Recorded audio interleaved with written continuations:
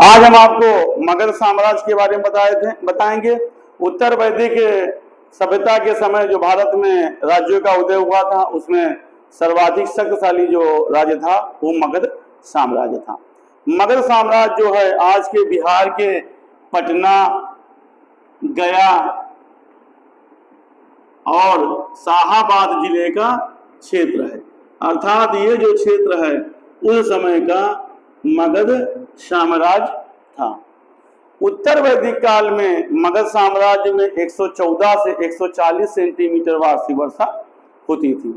यहाँ पर घने जंगल पाए जाते थे। जंगल में भौगोलिक दृष्टि से लोहे और तांबे के यहाँ पर खदान पाए जाते थे। प्रकृति ने इसे एक अनुपम उपहार दे रखा था। यहाँ के निवासियों ने जंगलों को काट करके अपनी भूमि को कृषि योग्य भूमि बना दिया था और लोहे और तांबे के खदान के कारण वो हथियार को बनाने में भी समर्थ हो गए थे। मगध का जो सबसे पहला राजवंश ऐतिहासिक रूप से माना जाता है उसे हर्यक वंश कहा गया है। हर्यक वंश का जो शासन है वो ऐतिहासिक रूप से सबसे पहला शासन है। ये जो इसका अवध है भारत में राज करने का या मगध में राज करने का, वो 544 ईसा पूर्व से 412 ईसा पूर्व के आसपास का है।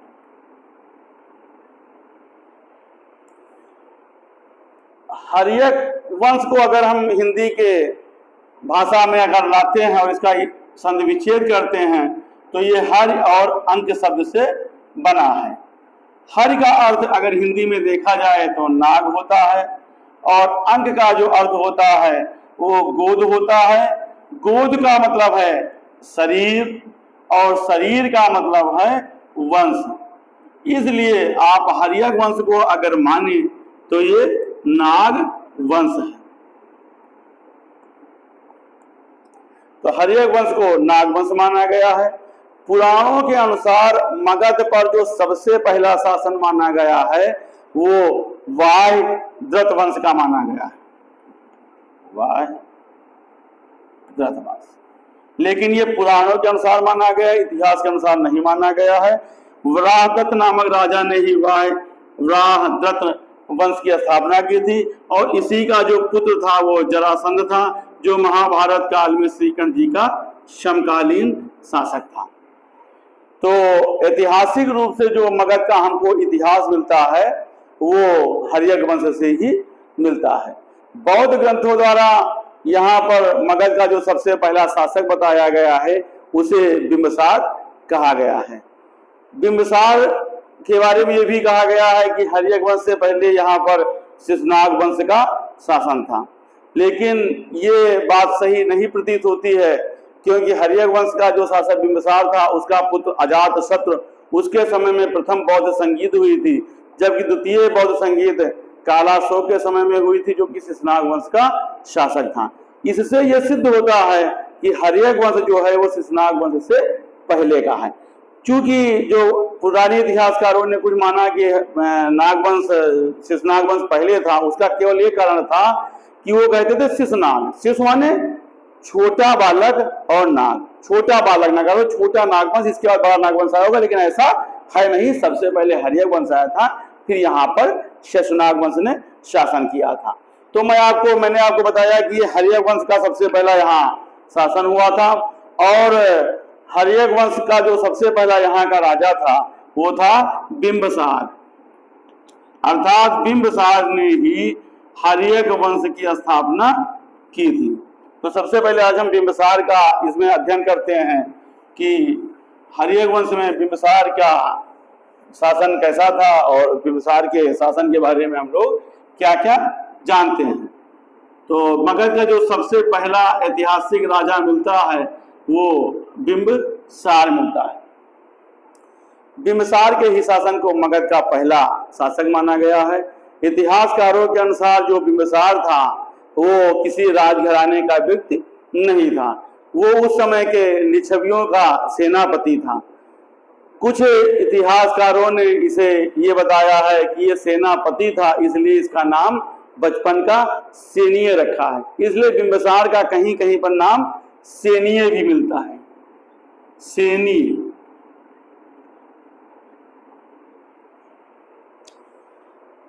बौद्ध ग्रंथों के अनुसार 15 वर्ष की अवस्था में इसके पिता ने इसको मगध का राजा बनाया था। दीपवंश जो कि बौद्ध ग्रंथ है उसके अनुसार इसका पिता का नाम जो था वो बोधिस था और वो राजगृह का शासक था। और इस ग्रंथ के अनुसार ये माना गया है कि ये लिच्छवियों का सेनापति नहीं था। लेकिन जैन साहित्य इसको ये बताते हैं कि इसका उपनाम सेनीय था और सेनी के साथ साथ बिंबिसार को श्रेणिक भी कहा जाता है। तो इतिहास में बिंबिसार श्रेणिक और सेनी नाम से भी जाना जाता है। ऐतिहासिक रूप से बिंबिसार बहुत ही विस्तारवादी राजा था। इसने उस समय के सर्वाधिक शक्तिशाली गणराज्य लिच्छव के शासक जो चेटक थी उनकी पुत्री चेलना या छलना से विवाह किया था। तो जो इसने सबसे पहला विवाह किया वो चेलना से किया। चेलना जो है वो लिच्छव कुल की थी और उस समय के सबसे शक्तिशाली गणराज्य के जो सरदार चेटक थे उनकी पुत्री थी।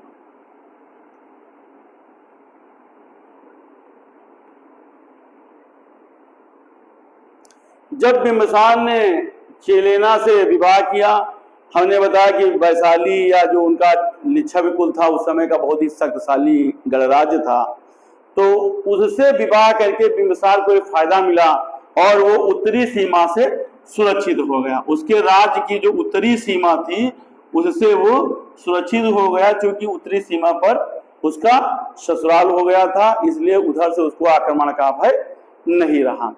अजातशत्रु जो है वो इसी चेलना का पुत्र हुआ था। बिंबिसार के बाद जो अगला राजा अजातशत्रु है वो इसी चेलना का पुत्र था। इसके बाद इसने जो अगला वैवाहिक संबंध किया वो कौशल के राजा प्रसेनजित की बहन महाकौशला देवी से विवाह किया। महाकौशला देवी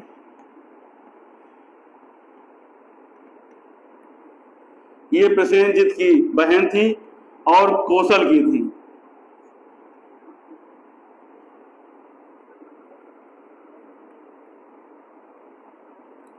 कौशल भी उस समय चूंकि बहुत ही शक्तिशाली राज्य था, तो इससे विवाह करके इसने कौशल क्षेत्र से भी अपने को सुरक्षित रख लिया था, जिससे कि उसको ये लगता था कि हमको यहाँ से बराबर का वो टक्कर मिल सकता है।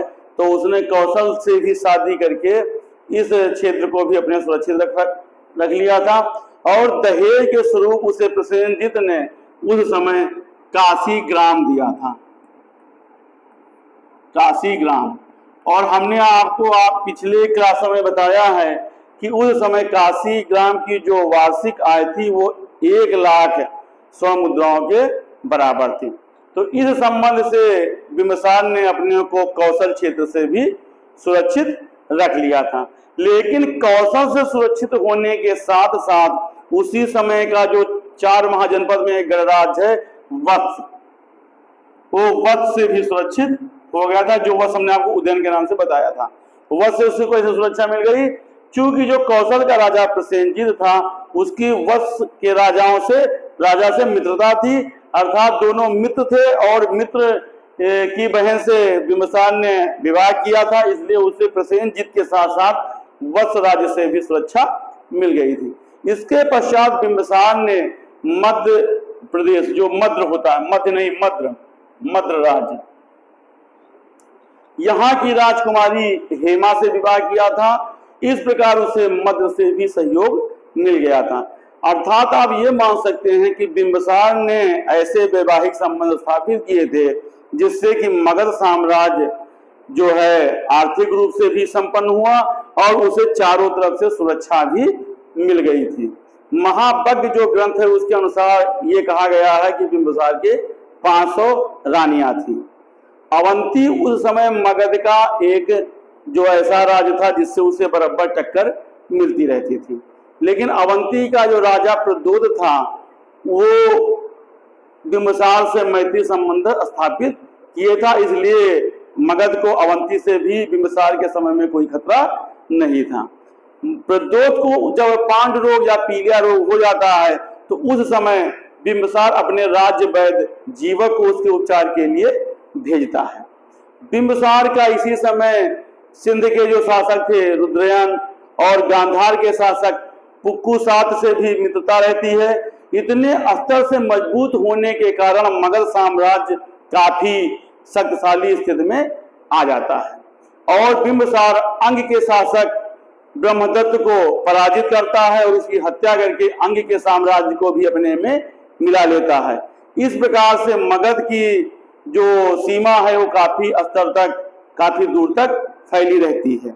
मगध की राजधानी पर पहले अंग का कब्जा रहता है, इसलिए बिंबिसार को पराजित करके और उसकी हत्या करने के बाद बिंबिसार अपने पुत्र अजातशत्रु को मगध का उपराजा या वहां का सीमांत का राजा बना देता है। अंग के मगध में मिल जाने से मगध की साम्राज्य काफी विस्तृत हो जाता है और इस प्रकार से लगभग संपूर्ण बिहार पर मगध का अधिकार हो जाता है। ऐतिहासिक पुस्तकों के अनुसार मगध साम्राज्य में 80,000 गांव होते हैं और उसकी राज्यसभा में 80,000 गांवों के सभी प्रतिनिधि भाग लेते हैं। बिंबिसार के समय में 2 ऐसे पद पाए गए हैं जो कि पदाधिकारी के हैं, जिन्हें कि बोला गया है सबत्थक महामात्र। तो बिंबिसार के समय में एक पद होता है पदाधिकारी का सबत्थक महामात्र। सबत्थक महामात्र का मतलब या इस जो पदाधिकारी इसका मतलब होता है सामान्य प्रशासन का प्रमुख। ये बिंबिसार के समय का पद है पदाधिकारी का सामान्य प्रशासन का प्रमुख, जिसमें कि आज के समय में आप मान सकते हैं मुख्य सचिव स्तर का पद होता है। अर्थात पदाधिकारी वर्ग का यह सबसे बड़ा पद होता था। दूसरा होता था पद जो वो बोहारिक महामात्र होता था। बोहारिक महामात्र, बोहारिक महामात्र जो है ये न्याय विभाग का सबसे बड़ा पद होता था। अर्थात आप इस समय का मान लीजिए कि वो सर्वोच्च न्यायालय का न्यायाधीश होता था, इसलिए न्याय विभाग का सबसे बड़ा पदाधिकारी होता था। तो ये 2 महत्वपूर्ण पद ऐसे थे जो बिंबिसार के शासनकाल में बने थे। सेना नायक महामात्र नाम से स्पष्ट है कि सेना का प्रमुख होता था। बिंबिसार ने राजगृह नामक एक नवीन नगर की स्थापना की थी। तो जो राजगृह है इसकी स्थापना बिंबिसार ने की थी।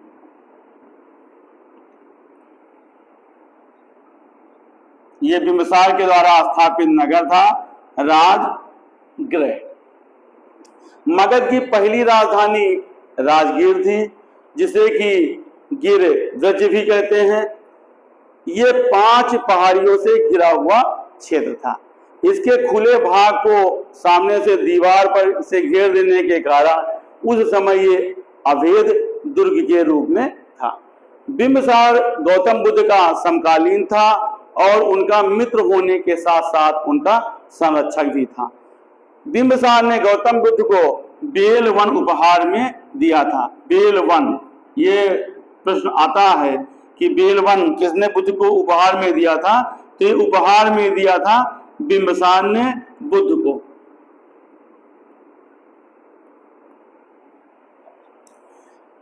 बिंबिसार बुद्ध की मित्रता के कारण बौद्ध धर्म का तो अनुयायी अवश्य था, लेकिन वो जैन धर्म और ब्राह्मण धर्म के लिए भी सहिष्णु था।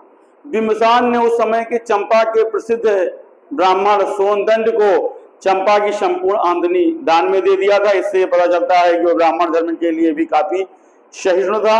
इसी प्रकार से उसने मच्छी कुंडी मंडी कुछी चैत्य में जाकर के महावीर स्वामी से अपनी रानियों के साथ भेंट किया था। बिंबिसार ने बौद्ध भिक्षुओं से राज्य का कर हटा लिया था।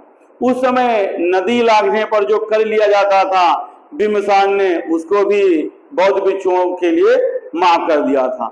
बिंबिसार का जो शासन काल होता है वो 52 वर्ष का होता है। बिंबिसार का जो शासन होता है 52 वर्ष का रहता है।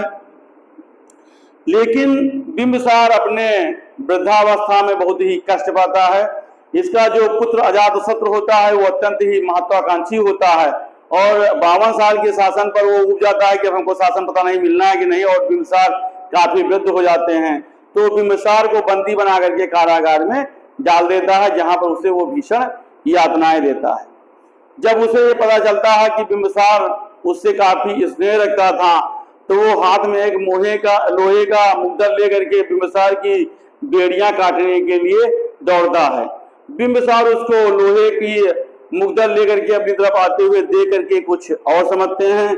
उसे लगता है कि वो इसे और कोई भीषण यातना देने वाला होता है, और पिता कुछ और समझ करके अपने प्राणों को जहर खा करके त्याग देता है।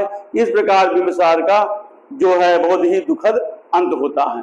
बिंबिसार के बाद उसका पुत्र जो है वो अजातशत्रु वहां का राजा बनता है। बिंबिसार का जो शासनकाल होता है वो लगभग 492 ईसा पूर्व तक रहता है। 544 से 492 ईसा पूर्व तक बिंबिसार का शासनकाल रहता है। इसके बाद मगध साम्राज्य का जो अगला शासक होता है वो अजातशत्रु होता है।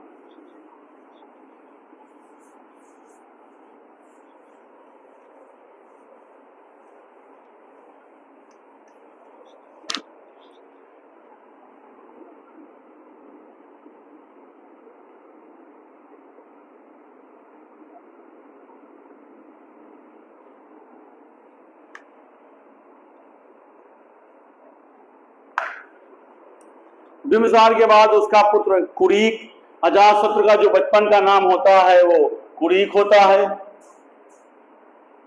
और ये 492 ईसा पूर्व के आसपास गद्दी पर बैठता है।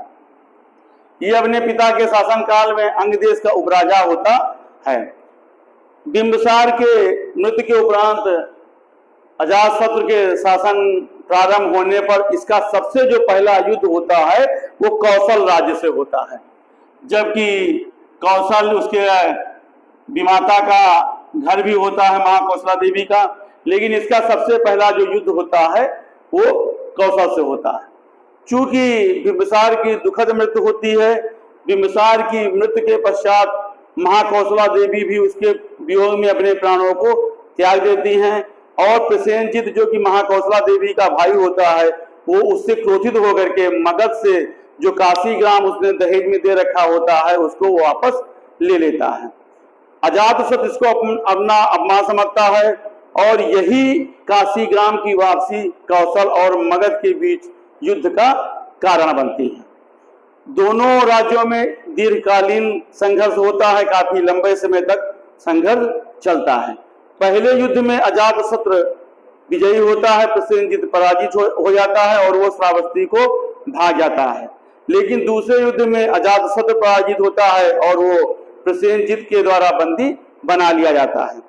प्रसेनजित द्वारा बंदी बनाए जाने पर अजातशत्रु का कारागार में ही प्रसेनजित की पुत्री वाजिरा से प्रेम हो जाता है। जो वाजिरा है वो प्रसेनजित की पुत्री होती है, उससे प्रेम होकर के वो प्रसेनजित वाजिरा से अजातशत्रु का विवाह कर देते हैं और काशी ग्राम को वो पुनः उसे उपहार स्वरूप वापस कर देते हैं। इस प्रकार से जो सबसे पहला संघर्ष होता है वो कौशल से होता है, और अंत में ये माना जाता है कि अजातशत्रु विजयी होता है, क्योंकि उसे अपना काशी ग्राम वापस मिल जाता है और वो कौशल से भी वैवाहिक संबंध स्थापित कर लेता है।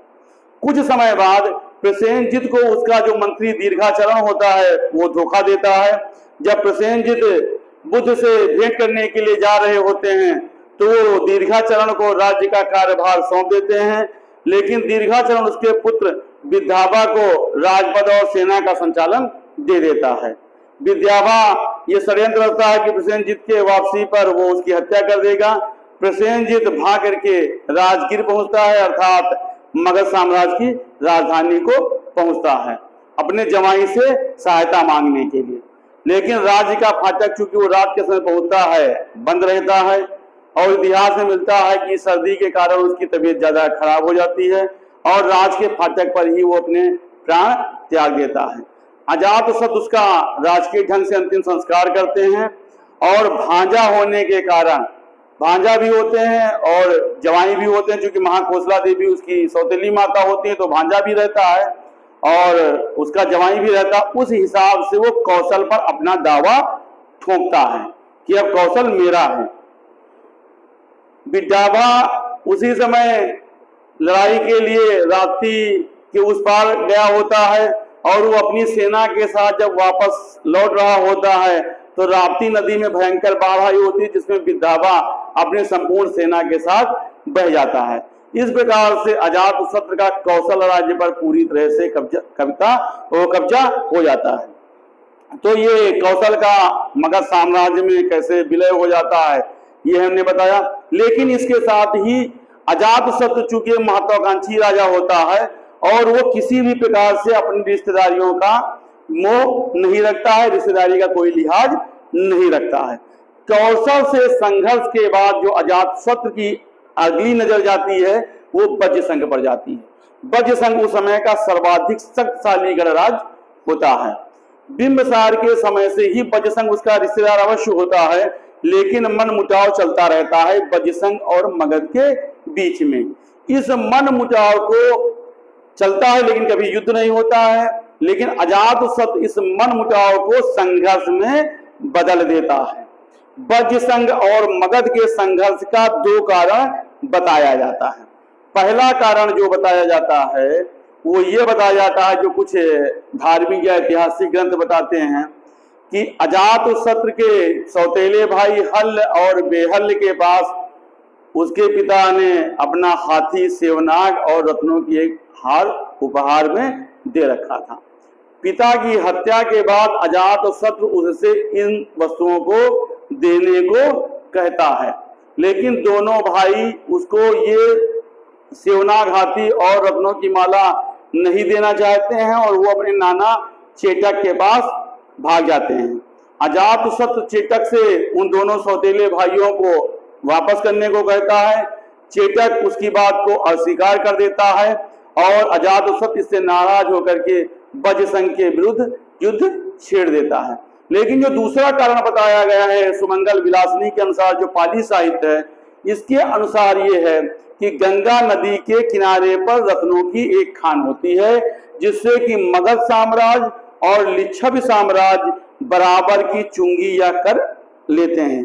दोनों में ऐसा समझौता भी रहता है कि आधी चुंगी उनको लेना है और आधी चुंगी इन्हें लेना है, लेकिन वज्र लोगों द्वारा इसका उल्लंघन किया जाता है और संपूर्ण क्षेत्र पर कब्जा कर लिया जाता है। बिंबिसार की मृत्यु के बाद वो संपूर्ण क्षेत्र पर कब्जा करके वहां से चुंगी वसूलने लगते हैं और अजातशत्रु इससे खिन्न हो जाता है। इसी से मगध युद्ध का कौशल वो लिच्छवी गणराज्य से युद्ध होता है और इस तर्क को ज्यादा सही माना जाता है कि मगध और लिच्छवियों के बीच युद्ध का कारण गंगा नदी के तट पर रत्नों की खान की चुंगी का प्रकरण होता है, चुंगी का मामला होता है।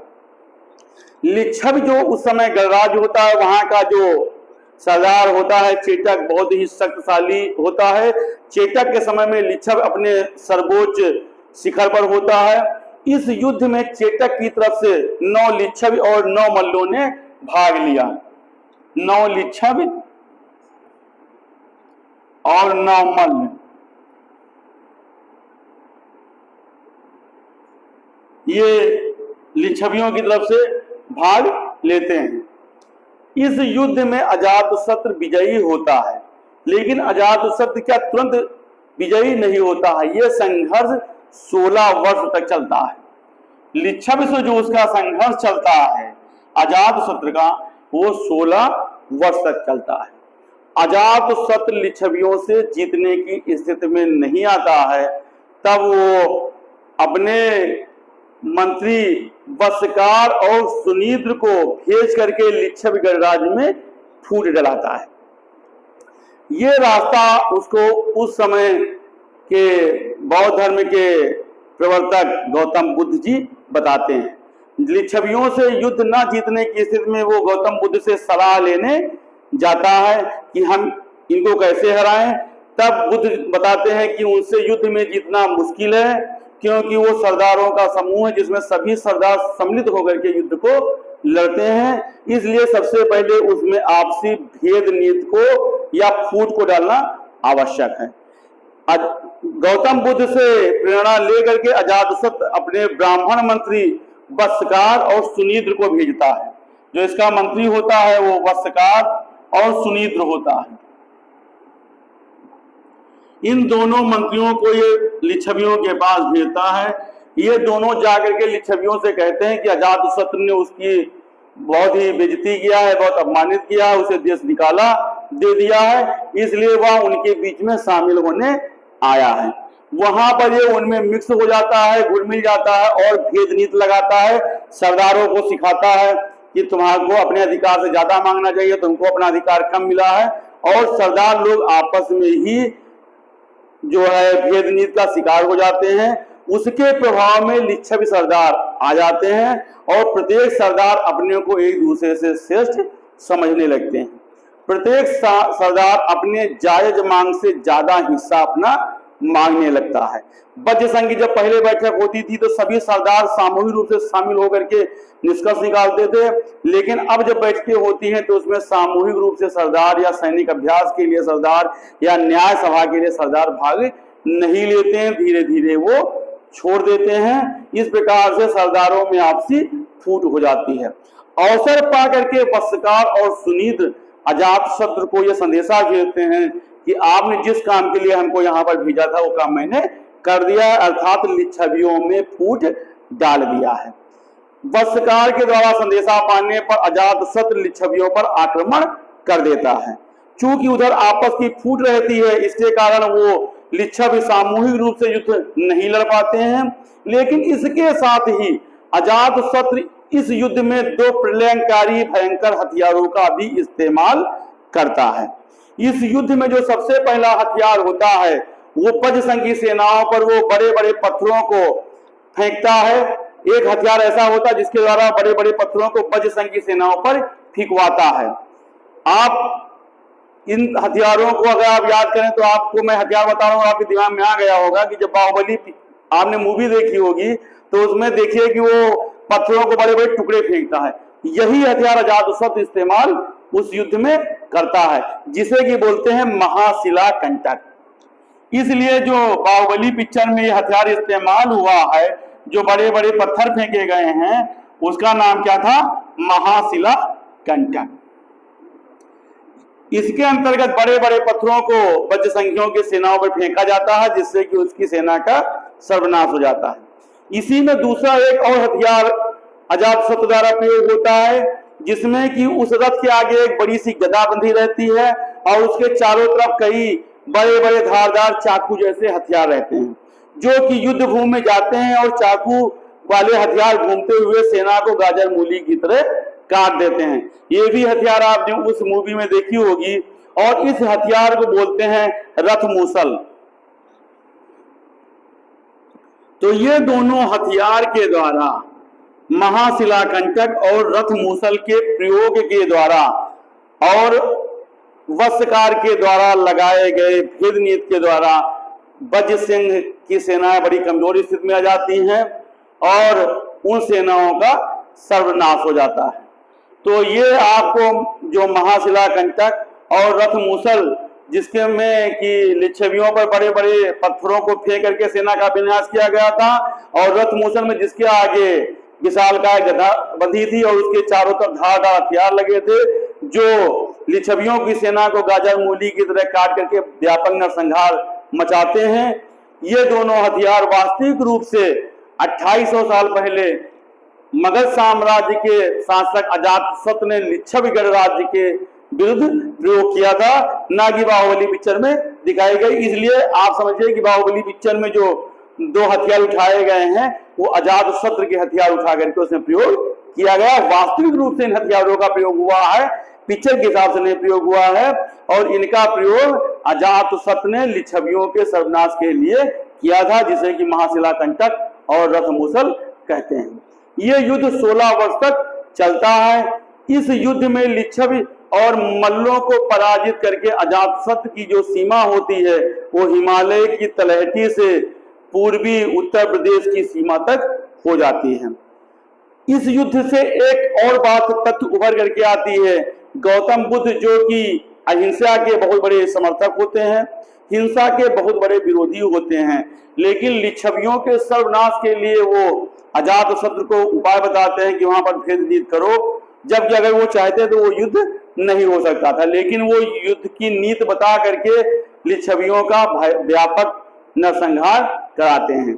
अगर ऐतिहासिक रूप से देखा जाए तो इसमें एक कारण ये भी हो सकता है कि उस समय जैन धर्म और बौद्ध धर्म समानांतर चल रहे थे और लिच्छव कुल के जो महावीर स्वामी थे वो लिच्छवियों ने जैन धर्म को ज्यादा सपोर्ट दिया था।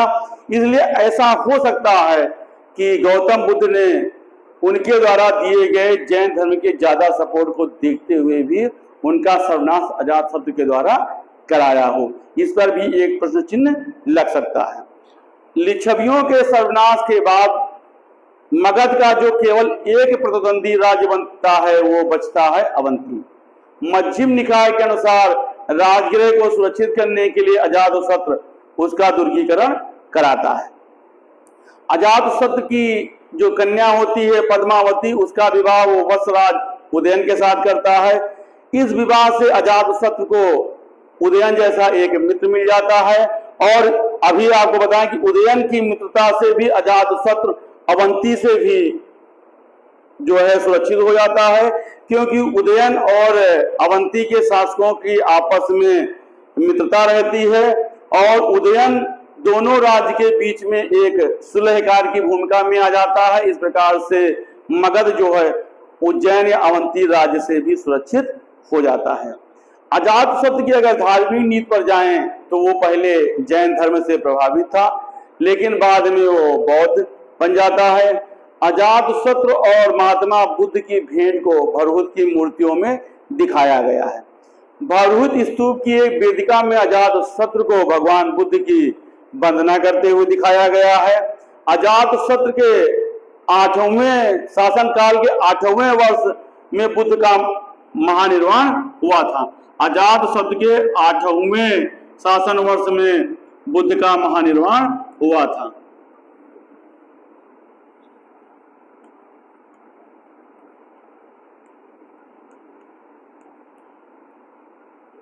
और बुद्ध और अजातशत्रु की भेंट का जो दिखाया गया है वो भरहुत के स्तूप में दिखाया गया है।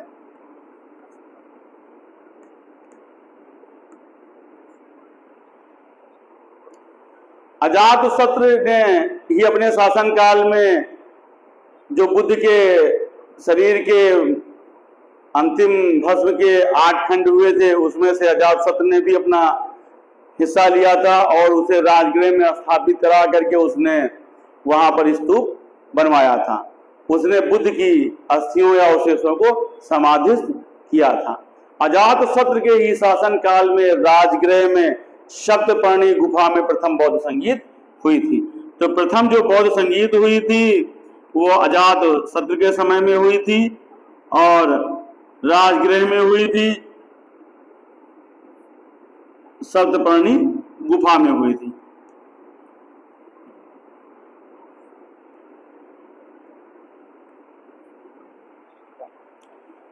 जिसकी अध्यक्षता महाकश्यप ने की थी।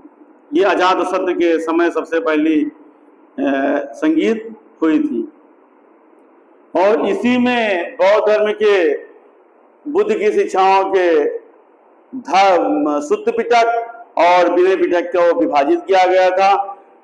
सिंघली या श्रीलंकाई ग्रंथों के अनुसार जो अजातशत्रु का शासन था वो 32 वर्ष तक रहा। इसने 32 वर्ष तक शासन किया था और अंत में ये अपने पुत्र, इसके पुत्र का नाम था उदाइन, उसके द्वारा ये मारा गया। इस प्रकार से अजातशत्रु ने जैसे अपने पिता की हत्या करके मगध साम्राज्य पर अधिकार किया था, अपने पुत्र के द्वारा भी वो मृत्यु को प्राप्त होकर के उसके पुत्र ने उसके स्थान पर कब्जा किया। इसके बाद उदयन का जो इतिहास है वो लगभग 460 ईसा पूर्व से 444 ईसा पूर्व तक का रहा। लगभग 16 वर्षों में तक उसने शासन किया। उदयन का कोई बहुत ही जो है ऐसा इतिहास नहीं मिलता जिसके बारे में कोई ज्यादा जानकारी प्राप्त होती हो। जैन ग्रंथों में इसे अपने पिता का हत्यारा कहा गया है। इसकी माता का नाम पद्मावती था। अपने पिता के शासनकाल में ये चंपा का वायसराय था। उदयन के शासनकाल की जो सब एक प्रमुख घटना है वो यही मानी जाती है कि गंगा और सोन नदी के तट पर उसने पाटलिपुत्र नगर की स्थापना किया था। तो जो पाटलिपुत्र की स्थापना किया था वो अजात शत्रु के पुत्र उदयन ने किया था।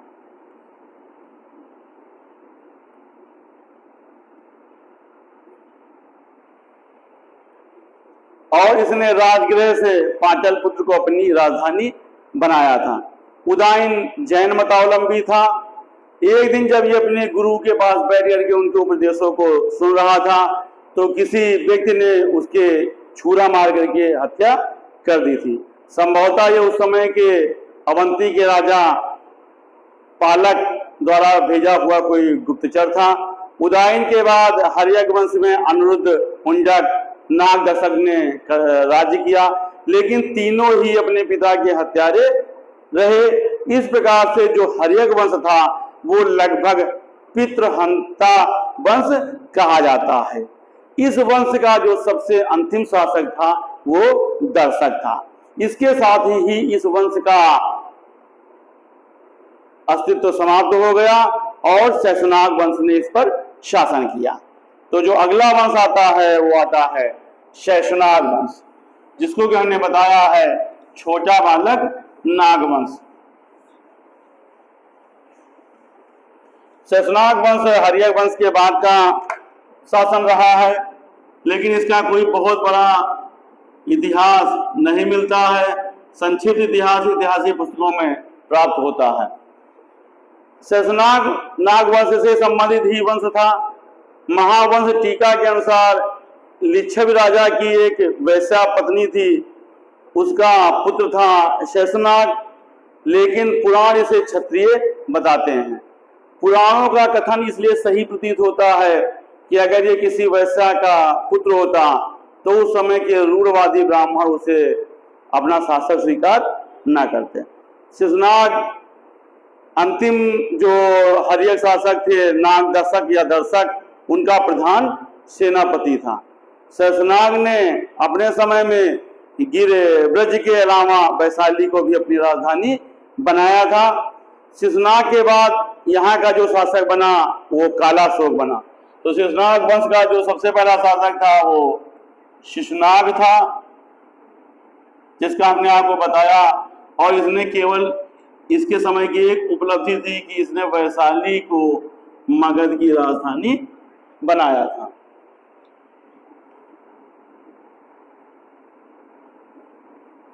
इसके बाद अगला जो शासक हुआ वो हुआ कालाशोक।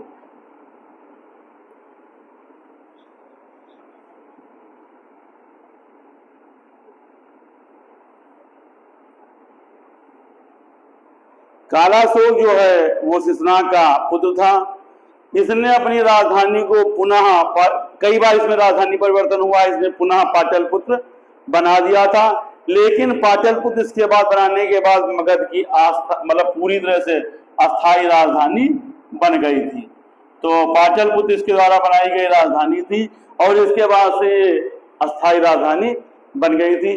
कालाशोक का अगर इतिहास में नाम लिया जाता है तो इसके समय में द्वितीय बौद्ध संगीत हुई थी।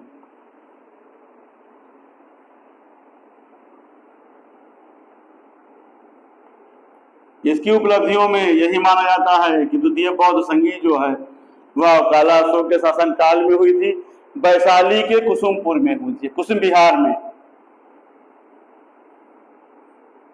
कुसुमपुर बिहार।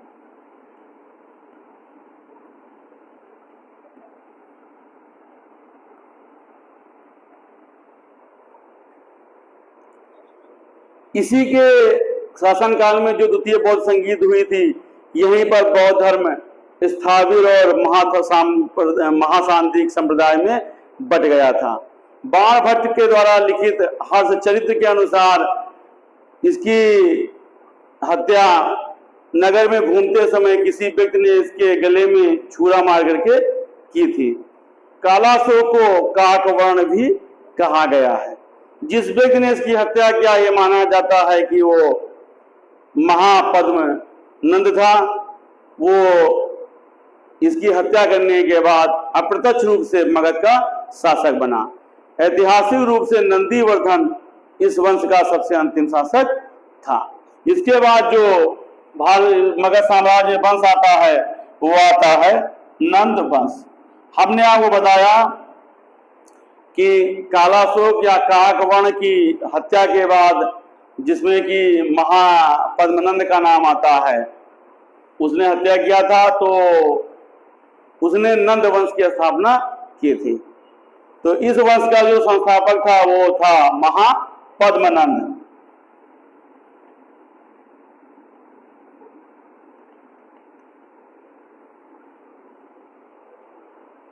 महाबोधि वंश पुस्तक में इसे उग्रसेन भी कहा गया है।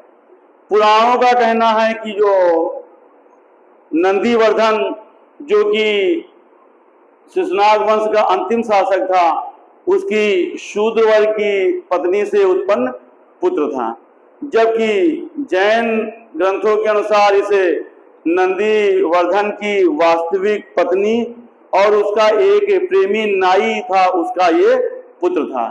इसने नंदीवर्धन, पांडुगत, भूतपाल, राष्ट्रपाल, गोविसाणक, दस सिंधक, कैवर्त और धन, इतने नंदवंश में शासक हुए थे। लेकिन महापद्मनंद मगध के सिंहासन पर बैठने वाले नंद वंश के राजाओं में सबसे शक्तिशाली शासक हुआ था। इसके पास अतुल संपत्ति थी, असंख्य सेना थी, इसीलिए इसे महापद्मनंद कहा गया है। ये माना जाता है कि इसके पास पद्म महापद्म धनराशि थी, जो कि हजार, लाख, करोड़, अरब, खरब, इसके बाद कई जब चरण चलते हैं तो महापद्म तक पहुंचते हैं। तो ये माना जाता है कि इसके पास इतनी संपत्ति थी, इसीलिए इसे महापद्मनंद कहा गया है। इसे परशुराम का द्वितीय अवतार भी कहा गया है। महापद्मनंद को आप ये नोट कर सकते हैं, परशुराम का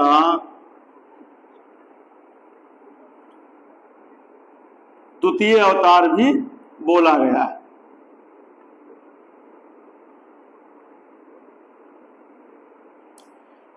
इसको परशुराम का द्वितीय अवतार इसलिए माना गया है क्योंकि इसने उस समय के क्षत्रिय राजाओं का काफी उन्मूलन किया था। उनका उन्मूलन करके इसने एक छत्र शासन करके एक राज की उपाधि धारण की थी। एक राज की उपाधि से धारण किया था। नंदों का जो व्यवहार है ये माना जाता है कि असुरों जैसा था, राक्षसों जैसा था, इसीलिए ब्राह्मणों ने इसका राज्याभिषेक नहीं कराया था। इसने नहीं कराया था क्योंकि ये असुर स्वभाव का व्यक्ति था और ये ब्राह्मण और क्षत्रिय धर्म दोनों से ही बराबर ईर्ष्या रखता था और ब्राह्मणों से इसने अपना राज्याभिषेक नहीं कराया था। इस कारण ब्राह्मण इससे नाराज थे। क्षत्रिय इससे इसलिए नाराज थे कि इसने क्षत्रियों का उन्मूलन किया था, जिसके कारण इसे परशुराम का द्वितीय अवतार कहते हैं। यही एक कारण था कि नंदों का विनाश उस समय के क्षत्रिय चंद्रगुप्त मौर्य और ब्राह्मण चाणक्य ने मिल करके कर दिया था। इस वंश का जो शासक था, सबसे अंतिम शासक था, घना नंद था। नंदों ने कलिंग पर आक्रमण करके महावीर की प्रतिमा को अपने यहाँ रख लिया था और कलिंग में एक नहर का निर्माण कराया था। उत्तर भारत का ये सर्वाधिक ऐतिहासिक शासक था। नंदों की विशाल सेना ही एक ऐसा कारण थी जिसके कारण सिकंदर, जो कि उसका समकालीन था, वो नंदों के विरुद्ध आक्रमण करने की हिम्मत नहीं जुटा पाया। माना जाता है कि उस समय नंदों के पास 2 लाख की पैदल सेना, 20,000 घुड़सवार, 3 से 6,000 के आसपास हाथी थे। इस वंश के अंतिम शासक घनानंद का विनाश चाणक्य जाता है। नंद काल में जो कर की वसूली होती थी, चूंकि पास इनके पास पैसा बहुत था, तो पैसा ऐसे नहीं था कि ऐसे आ गया था, ये कर वसूली को बहुत ही असुरता पूर्वक या राक्षसी ढंग से वसूलते थे। नंद काल में कर वसूली के लिए दंडात्मक व्यवस्था थी। जातक कथाएं ये बताती हैं कि नंद वंश में 2 पदाधिकारियों का उल्लेख हुआ है, जिन्हें कि बोला गया है तुंदिया। पहला अधिकारी होता था तुंदिया और दूसरा अधिकारी होता था अकासिया। अकासिया।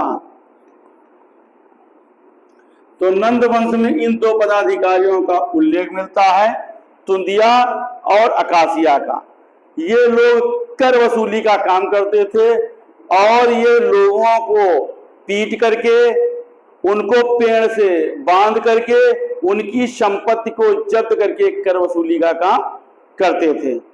तो नंद वंश का सबसे अंतिम शासक घनानंद था और नंद वंश का जो 2 पदाधिकारी इस काल में आपको पता चलते हैं जो कर वसूली का काम करते थे। अब हम आपको ये बताते हैं कि ऐसे कौन से कारण थे जिसके कारण मगध साम्राज्य उस समय के 16 महाजनपदों में सबसे बड़ा या सबसे शक्तिशाली साम्राज्य बना।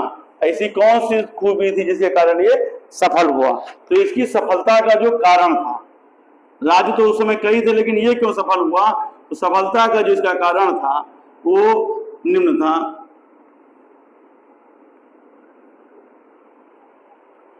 जो सबसे पहला कारण था 16 महाजनपदों में मगध का शक्तिशाली होना, वो इसकी भौगोलिक स्थिति का परिणाम था।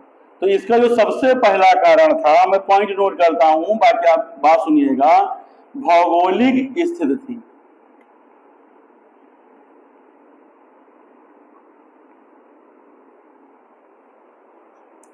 मगध क्षेत्र में लोहे के समृद्धशाली भंडार पाए जाते थे।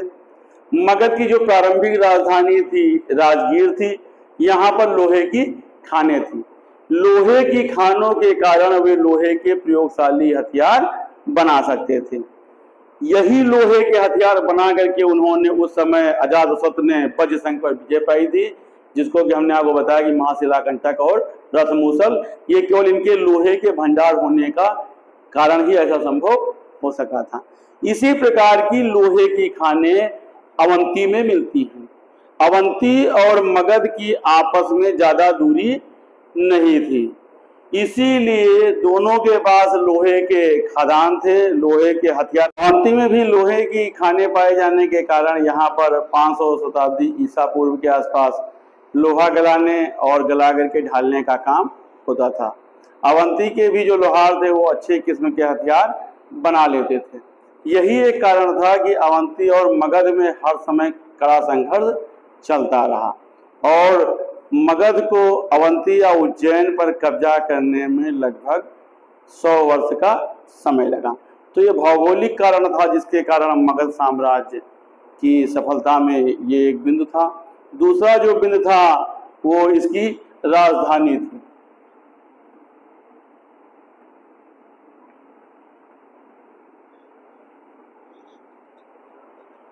मगध की जो दोनों राजधानियां थी, राजगीर और पाटलिपुत्र।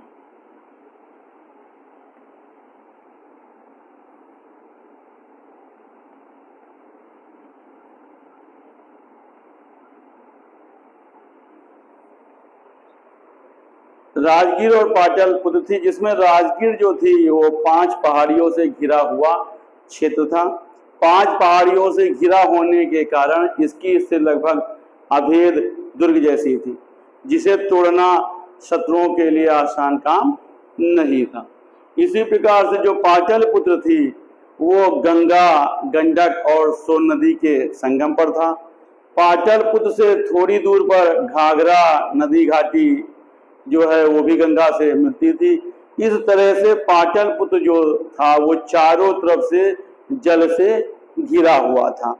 आक्रमण के समय, बाहरी आक्रमणों के समय यह जल से एक विशेष सुरक्षा कवच बना था। जबकि उस समय यातायात के पर्याप्त साधन नहीं थे, इन नदियों की सहायता से मगध की सेनाएं किसी भी तरफ बढ़ जाती थी और वो वहां पर सुरक्षित ढंग से पहुंच जाती थी। इस प्रकार जो पाटलिपुत्र की स्थिति थी वो एक जल के दुर्ग जैसी थी। तो पाटलिपुत्र और राजगीर की बनावट भी ऐसी थी जो कि इसकी सफलता का कारण था। मगध का जो साम्राज्य था वो कृषि यहाँ की जो थी वो भी एक कारण था, जिसके कारण ये काफी शक्तिशाली हुआ। मगध राज गंगा नदी के मैदान के बीच में पड़ता था। ये अपने समय में बहुत ही उर्वरक वाली भूमि थी। यहाँ पर हमने आपको बताया कि उस समय भारी वर्षा होती रहती थी, इसलिए बिना सिंचाई के ही यहाँ पर अनाज का उत्पादन होता रहता था। हमने आपको बताया कि यहाँ पर एक व्रीहि नामक फसल होती थी जो कि वर्षा ऋतु में बिना उगाए हुई घास जो कि चावल कहलाती थी। तो यहाँ पर चावल भी अनेक प्रकार से पैदा होते थे। धीरे धीरे यहाँ पर धान को रोपने की भी प्रथा चल गई थी। इस कारण से किसान यहाँ पर आवश्यकता से अधिक अनाज उत्पन्न करते थे। अपने खाने पीने के सामान के अलावा किसान बहुत अनाज बचा लेते थे। शासक कर के रूप में इन अनाज को एकत्रित करते थे, जिससे वे अपनी सेना का खर्चा, उनके खान पान की समस्या से छुटकारा पा जाते थे। तो कृषि भी एक ऐसा कारण था जिससे वो मगध साम्राज्य काफी विकसित हुआ। मगध के शासकों ने इसी प्रकार से यहाँ का जो अगला था वो कर था। आपने बताया कि महापद्म के समय में बांध करके पैसा वसूल लेते थे, कर वसूली। मगध के शासकों ने नगरों का उत्थान किया, धातु से सिक्के बनाना प्रारंभ किया, जिससे उनको काफी कर प्राप्त होती थी। पूर्वोत्तर भारत में वाणिज्य व्यापार की वृद्धि के कारण शासकों ने सामान की बिक्री पर कर लगा करके सेना आदि के लिए धन जुटाना प्रारंभ कर दिया था। इसी प्रकार से हमने आपको बताया कि नदी लागने पर वो कर की वसूली करते थे। तो कई ऐसे कर थे जिससे मगध साम्राज्य अपने को काफी विकसित अवस्था में पहुंच गया था। इसके बाद इसका जो एक था वो था सैनिक संगठन।